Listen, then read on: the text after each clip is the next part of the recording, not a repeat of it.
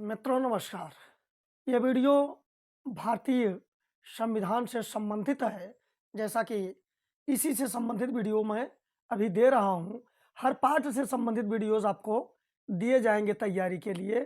तब तक आप तैयारी भी करते रहें अपनी। हम हर तरीके से आपकी मदद करने के लिए तैयार हैं। आप कृपया वीडियो को देख करके अगर पसंद आए, उचित लगे तो चैनल को सब्सक्राइब कर दीजिए, शेयर और लाइक कर दीजिए। हम समझेंगे कि इस वीडियो का उपयोग किया जा रहा है। कमेंट भी हो सके तो आप कर दीजिए। एक लिंक दिया जाएगा वीडियो के डिस्क्रिप्शन बॉक्स में, जिससे आप टेलीग्राम चैनल पर जा कर के PDF ले सकते हैं। तो चलिए शुरू करते हैं। क्वेश्चन नंबर 1 देखते हैं। देखिए, अनुच्छेद सीधे सीधे लिख करके आपको रटाए जाते हैं जब आमने सामने कि अनुच्छेद फला चीज से संबंधित है, फला चीज से संबंधित है। आप कई बार पढ़ चुके होंगे तैयारी के अगर छात्र हैं, लेकिन यहां मैं क्वेश्चन फॉर्मेट में उसको लाया हूं, ताकि क्वेश्चन फॉर्मेट से मुझे जो उम्मीद है कि यह ज्यादा स्थायी हो जाएगा आपके दिमाग में। भारतीय संघ तथा उसके राज्य और राज्यों के पुनर्गठन का प्रावधान किन अनुच्छेदों में किया गया है? तो देखिए, ये जो भारत एक संघ है और इसके राज्य हैं, और राज्यों का पुनर्गठन भी किस प्रकार से किया जाएगा, ये पूरी चीजें संविधान के शुरुआत में ही है। यानी अनुच्छेद 1 से ही ये शुरू हो जाती हैं और अनुच्छेद 1 से 4 तक भारत संघ और उसके राज्यों के बारे में वर्णन आपको मिलेगा, और राज्यों के पुनर्गठन के बारे में। आपको याद करना ये बहुत सरल है, ठीक, कि भाई जब शुरुआत होगी चीज की तो पहले देश, उसके प्रांत, ठीक है, इन प्रांतों का यानी राज्यों का पुनर्गठन कैसे किया जा सकता है, इन्हीं का वर्णन तो आपको मिलना चाहिए। तो अनुच्छेद 1 से 4 तक यही है। यानी अगर आपको इससे संबंधित प्रश्न पूछ रहा है तो आप जानते रहिए कि 1 से 4 तक ये हैं, बाकी आप समझ लेंगे विकल्प से। ठीक। क्वेश्चन नंबर 2, नागरिकता का प्रावधान किन अनुच्छेदों में मिलता है? नागरिकता का प्रावधान, अब देखिए, संघ हो गया, उसके प्रांत हो गए, राज्यों का पुनर्गठन की बात हो गई। तब दूसरी बात कौन सी चलनी चाहिए कि जो यहां रहेंगे, जो यहाँ के नागरिक होंगे, उनके बारे में प्रावधान हो जाना चाहिए कि किन लोगों को मैं नागरिक मानूंगा। दूसरी समस्या ये आएगी, तो उसका प्रावधान कर दिया गया अनुच्छेद 5 से अनुच्छेद 11 तक। क्रम से आप याद रख सकते हैं, इसको बहुत कठिन नहीं है। ठीक, 1 से 4 तक संघ और उसके राज्य, और फिर नागरिकों की बात शुरू होगी तो अनुच्छेद 5 से अनुच्छेद 11 तक। इस तरह से आप रटेंगे तो आसानी से समझते चलेंगे।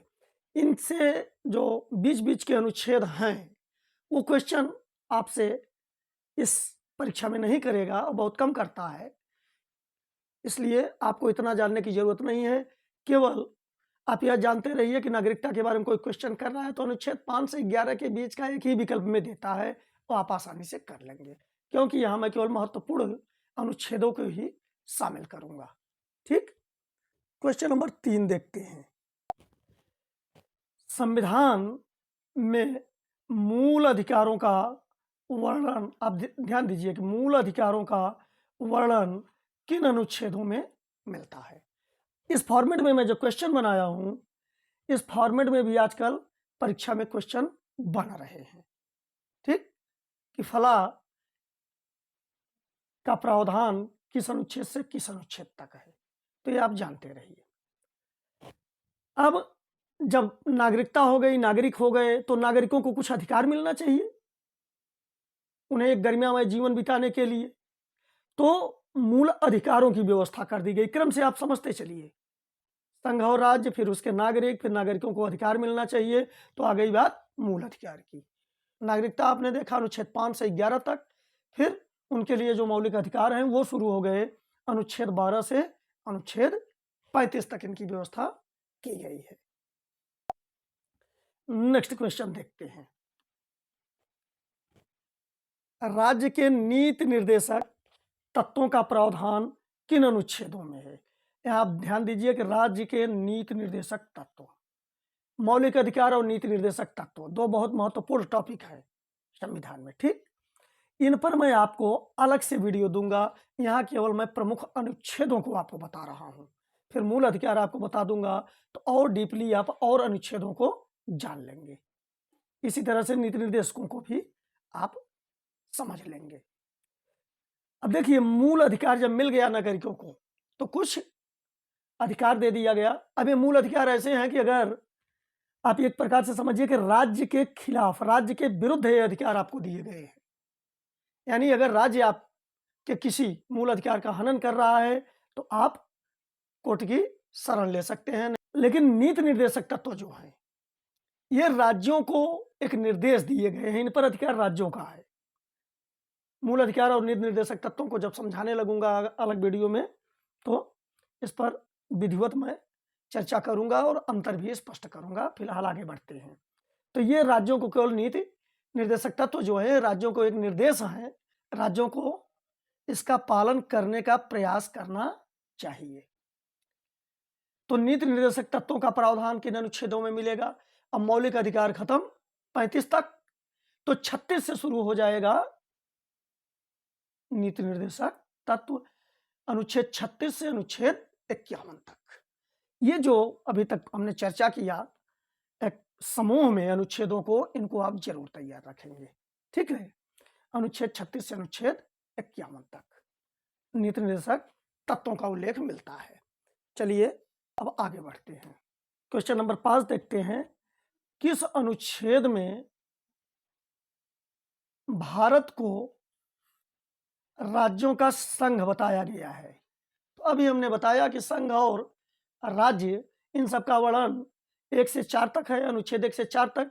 तो ये अनुच्छेद 1 ही में बताया गया है यह कि भारत जो है वह राज्यों का संघ है, एक यूनियन है। ठीक, क्वेश्चन नंबर 6, विधि के समक्ष समता किस अनुच्छेद से संबंधित है? अब आप देखेंगे कि विधि के समक्ष समता का मतलब हुआ कि विधि के सामने, कानून के सामने हर नागरिक समान है। तो अधिकार जो मिला है विधि के समक्ष समता का, वह है अनुच्छेद 14 से। अब जब अनुच्छेद 14 आ जाए तो आप जान लीजिए बिना बताए कि अनुच्छेद 12 से 35 तक मूल अधिकार हैं, तो अनुच्छेद 14 एक मूल अधिकार है आपका। ठीक, नेक्स्ट क्वेश्चन, क्वेश्चन नंबर 7, अवसर की समानता, यानी सरकार की नियुक्तियों में समान अवसर प्रदान किए जाएंगे। लेकिन यहाँ तो अपने आप एक बात समझ में आनी चाहिए, अवसर की समानता तभी काम कर सकती है जब निर्धारित योग्यता भी व्यक्ति में हो। इसका वर्णन अनुच्छेद 16 में मिलता है। विधि के समक्ष समता का 14 में और अनुच्छेद 16 में है कि हर नागरिक को सरकारी नौकरियों में समान अवसर मिलना चाहिए। क्वेश्चन नंबर 8 की बात करते हैं। अस्पृश्यता का अंत। अस्पृश्यता का मतलब होता है छुआछूत। तो छुआछूत का अंत हमारे संविधान में किया गया है, इसे कानूनी अपराध भी माना जाता है। तो यह मौलिक अधिकार किस अनुच्छेद में वर्णित है? यह बहुत इंपॉर्टेंट क्वेश्चन है आपके लिए। अनुच्छेद 17 अस्पृश्यता का अंत करता है, यानी अस्पृश्यता के अंत का प्रावधान अनुच्छेद 17 में है। Remember this point. ठीक, अभिव्यक्ति की स्वतंत्रता किस अनुच्छेद से संबंधित है? ठीक, अभिव्यक्ति की स्वतंत्रता यानी व्यक्त की आजादी, यही है जिसको लेकर के कुछ लंठाधिराज, पागल प्रमुख भारत तेरे टुकड़े होंगे और नहीं तो क्या क्या अनाप शनाप सब हो रहा है। इसी को कहते हैं कि अरे हम तो अभिव्यक्ति के लिए स्वतंत्र हैं। ठीक, तो यही अभिव्यक्ति की स्वतंत्रता है जिसको आधार बनाने की लोग कोशिश करते हैं। यह है अभिव्यक्ति की स्वतंत्रता, आपको अनुच्छेद 19 में मिलेगी। यह भी पॉइंट बहुत इंपॉर्टेंट है कि व्यक्ति की स्वतंत्रता का मौलिक अधिकार किस अनुच्छेद में है? तो अनुच्छेद 19 में है। यह अनुच्छेद 19 किस मौलिक अधिकार से संबंधित है? तो अभिव्यक्ति की स्वतंत्रता से। उल्टा सीधा दोनों प्रकार से प्रश्न बन सकते हैं। चलिए आगे देखते हैं। क्वेश्चन नंबर 10, कौन सा अनुच्छेद प्राण एवं दैहिक स्वतंत्रता का अधिकार देता है? यह भी मौलिक अधिकार है। 12 से 35 तक मौलिक अधिकार आप याद रखिए। अनुच्छेद 21 है जो आपको प्राण एवं दैहिक स्वतंत्रता का अधिकार देता है, यानी आप अपने प्राणों की रक्षा करने के लिए, अपने शरीर की रक्षा, दैहिक मतलब शारीरिक, शरीर की रक्षा करने के लिए स्वतंत्र है। ठीक, यह भी महत्वपूर्ण अनुच्छेद है। नेक्स्ट देखते हैं।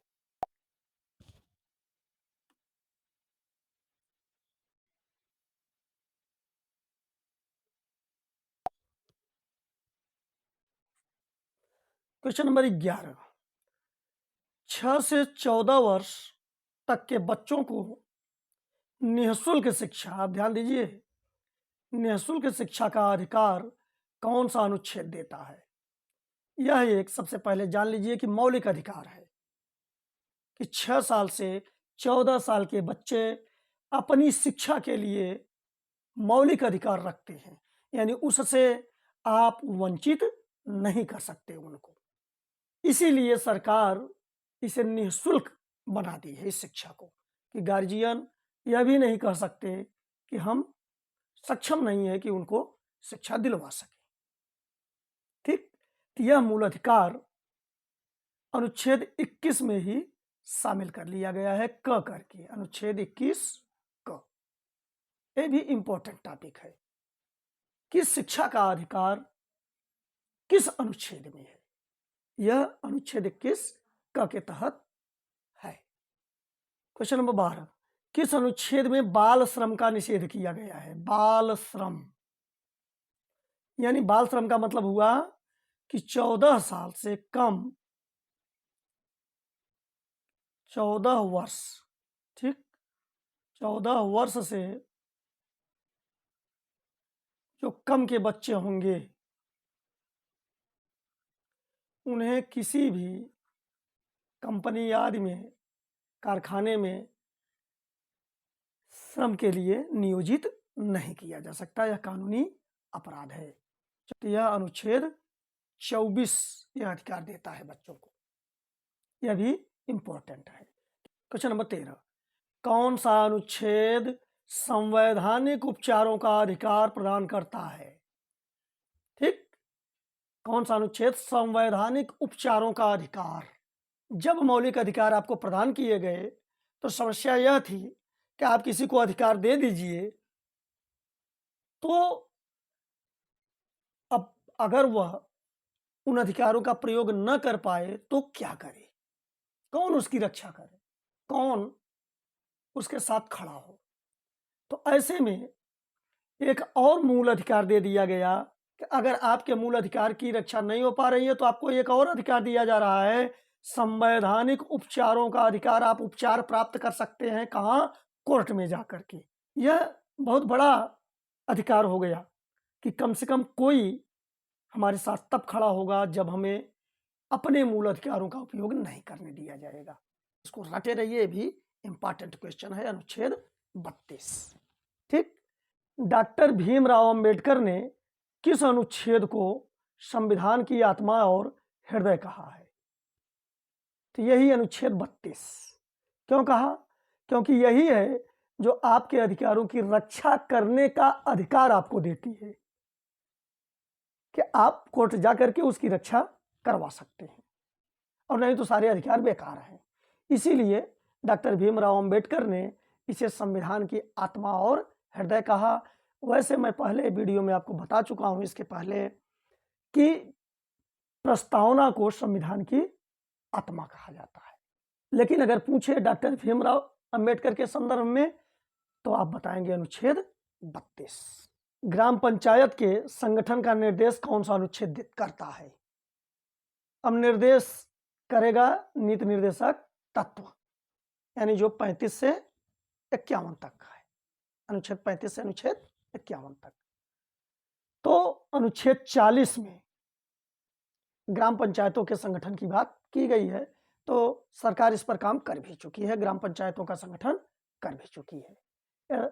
बताया ना कि राज्यों को एक निर्देश है, कोई व्यवस्था नहीं है उनकी, लेकिन निर्देश है कि ऐसा करने का उन्हें प्रयास करना चाहिए। तो सरकारें जितना सक्षम होती हैं उतना करने का प्रयास करती हैं। क्वेश्चन नंबर 16, समान नागरिक संहिता का निर्देश किस अनुच्छेद में है? आप यूनिफॉर्म सिविल कोड खूब चर्चा में है, सुने होंगे, पहले था, अब भी हो सकता है चर्चा हो उसकी जल्द ही, यानी समान नागरिक संहिता। तो अनुच्छेद 44 में यह पहले से नीति निर्देशक तत्व में व्यवस्था कर दी गई है कि सरकार को यह प्रयास करना चाहिए कि वह समान नागरिक संहिता लागू करे। ठीक, यानी हमारे देश के जो नागरिक हैं उनके लिए अलग अलग कानून, अलग अलग विधान न हो, समान नागरिक संहिता लागू की जाए या लागू करने का प्रयास करे सरकार। क्वेश्चन नंबर 17, 6 वर्ष तक के बच्चों की शिक्षा व पालन का निर्देश किस अनुच्छेद में है? तो 6 वर्ष तक के बच्चों की शिक्षा और पालन का निर्देश अनुच्छेद 45 में है। ये सब इंपॉर्टेंट है। आप देखिए, सरकार आज आंगनवाड़ी केंद्रों को चला रही है, ठीक, प्री प्राइमरी की भी शुरुआत कर दी है, यानी 3 साल से ही बच्चे अपनी पढ़ाई शुरू कर सकें आंगनवाड़ी सेंटर पर। तो यही अनुच्छेद है, आप ध्यान दीजिए, यही नीति निर्देशक तत्व है अनुच्छेद 45 का, जो सरकार अब उसे लागू कर रही है। इसके लिए सरकार को विवश नहीं किया जा सकता।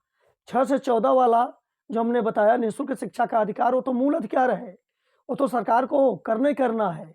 लेकिन यहाँ जो है 6 वर्ष तक के बच्चों की शिक्षा व पालन का जो निर्देश दिया गया नीति निर्देशक तत्व में, सरकार करने का प्रयास कर रही है। ठीक, यह अनुच्छेद 45 में व्यवस्था है। क्वेश्चन नंबर 18, मूल कर्तव्य का प्रावधान किस अनुच्छेद में है?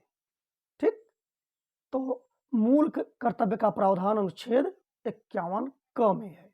मूल कर्तव्य रसा से लाया गया था, यानी रूस से, ठीक, रूस के संविधान से। अब आप समझ गए कि राज्य संघ के बारे में 1 से 4 तक, नागरिकता के बारे में 5 से 11 तक, मौलिक अधिकार के बारे में 12 से 35 तक, और नीति निर्देशक तत्व के बारे में 35 से 51 तक, और मूल कर्तव्य 51 क में उल्लिखित है।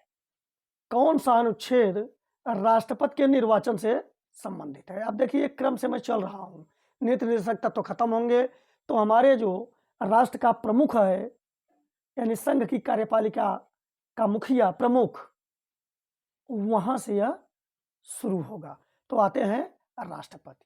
तो राष्ट्रपति, हालांकि व्यवस्था 52 से ही शुरू हो जाती है, लेकिन मैं यहाँ महत्वपूर्ण अनुच्छेदों को लिया हूँ केवल। अगर 52-53 भी आपसे कहे तो आप राष्ट्रपति से ही संबंधित मानेंगे।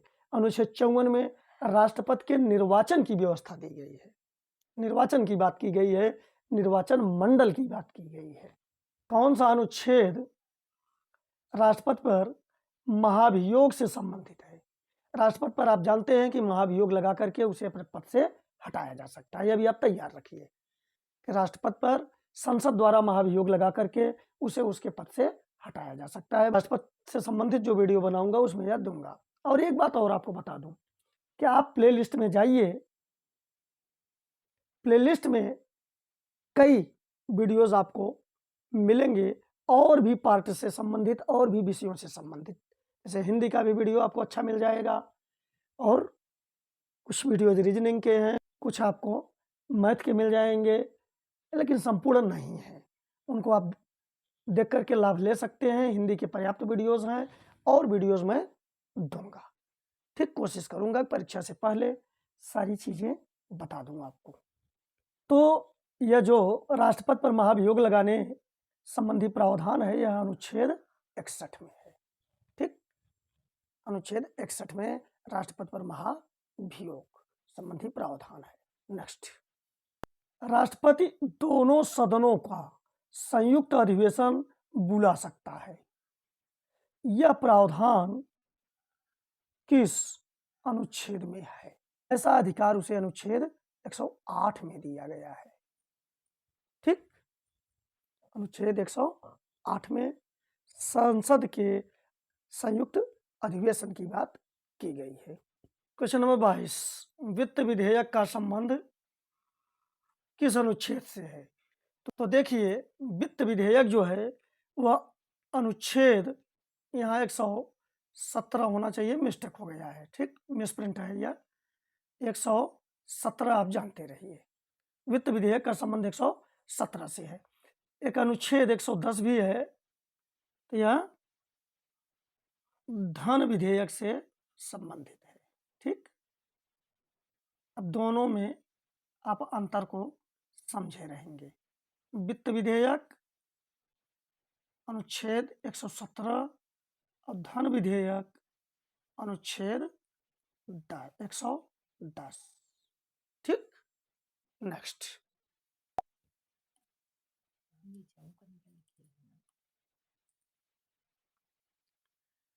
वार्षिक बजट से संबंधित अनुच्छेद कौन सा है? वार्षिक बजट से संबंधित अनुच्छेद कौन सा है? अब बजट पास होता है हर साल, जानते हैं, तो इसकी व्यवस्था अनुच्छेद 112 में की गई है। अनुच्छेद 110 में धन विधेयक, 112 में बजट और 117 में वित्त विधेयक। नेक्स्ट क्वेश्चन, क्वेश्चन नंबर 24, किस अनुच्छेद के तहत राष्ट्रपति को अध्यादेश जारी करने का अधिकार है? अध्यादेश जारी करने का अधिकार का क्या मतलब हुआ?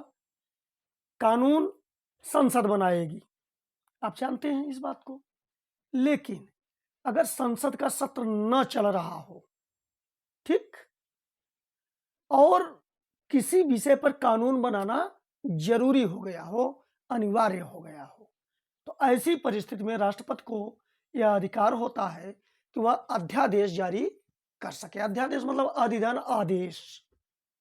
ठीक, तो अध्यादेश कानून का काम करने लगता है, लेकिन यह संसद द्वारा बाद में अनुमोदित होना चाहिए। इस पर हम चर्चा करेंगे जब अध्यादेश के बारे में बताएंगे। तो यह अधिकार अनुच्छेद 123 में दिया गया है। सर्वोच्च न्यायालय के गठन का प्रावधान किस अनुच्छेद में है? तो यह अनुच्छेद 124 में है। यह भी महत्वपूर्ण क्वेश्चन है, अनुच्छेद 124। ठीक, क्वेश्चन नंबर 26, वित्त आयोग का गठन किस अनुच्छेद से संबंधित है? सरकार हर 5 वर्ष पे वित्त आयोग का गठन करती है, तो इसकी व्यवस्था अनुच्छेद 280 में किया गया है। यह सब इंपॉर्टेंट क्वेश्चन है। ठीक, आगे बढ़ते हैं।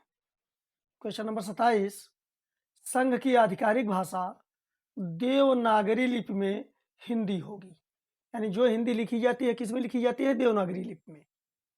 तो यह देवनागरी लिपि में लिखे जाने वाली हिंदी संघ की आधिकारिक भाषा होगी। ठीक, यानी जिसे आप राजभाषा कहेंगे, राजभाषा। अब इसका प्रावधान किस अनुच्छेद में किया गया है? हालांकि यह भी एक केवल कहने की बात है, बाकी अंग्रेजी का प्रयोग तो आप देख ही रहे हैं। तो यह राजभाषा की व्यवस्था अनुच्छेद 343 में की गई है। यह भी महत्वपूर्ण क्वेश्चन है। ठीक, हिंदी को राजभाषा किस अनुच्छेद में बताया गया है? कौन सा अनुच्छेद राष्ट्रपति को आपातकाल लागू करने का अधिकार देता है? Most important question. अनुच्छेद 352 राष्ट्रपति को आपातकाल लागू करने का अधिकार देता है। राष्ट्रपति आपातकाल लागू कर सकता है कब? इसको समझिए, जब देश में युद्ध की स्थिति हो, या बाह्य आक्रमण की स्थिति हो, यानी बाहरी आक्रमण, या देश में ही सशस्त्र विद्रोह हो, तब आपातकाल राष्ट्रपति लागू कर सकता है। क्वेश्चन नंबर 29, राज्यों में राष्ट्रपति शासन, राष्ट्रपति शासन आप बहुत सुनते होंगे, तो यह लागू करना जो है वह किस अनुच्छेद के प्रावधान में है, तो यह अनुच्छेद 356 में है। अनुच्छेद 352 वो आपातकाल लागू करने का अधिकार देता है राष्ट्रपति को।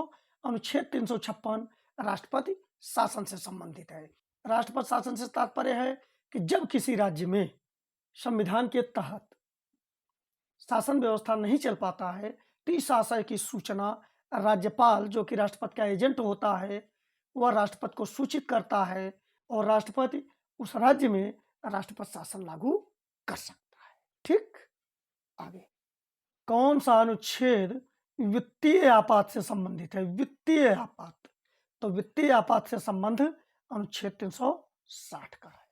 अब आप देखिए, राष्ट्रपति के आपातकालीन अधिकार में ये शामिल किए जाते हैं। तीनों आपको याद रखना है। अनुच्छेद 352, ठीक, आपातकालीन जो अधिकार आपको बताया गया।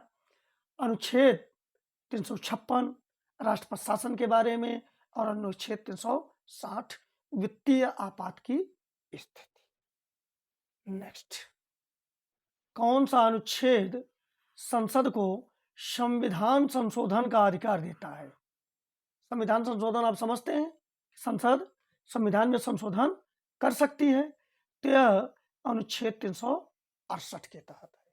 ठीक, आशा है यह आपके लिए उपयोगी रहा होगा। धन्यवाद।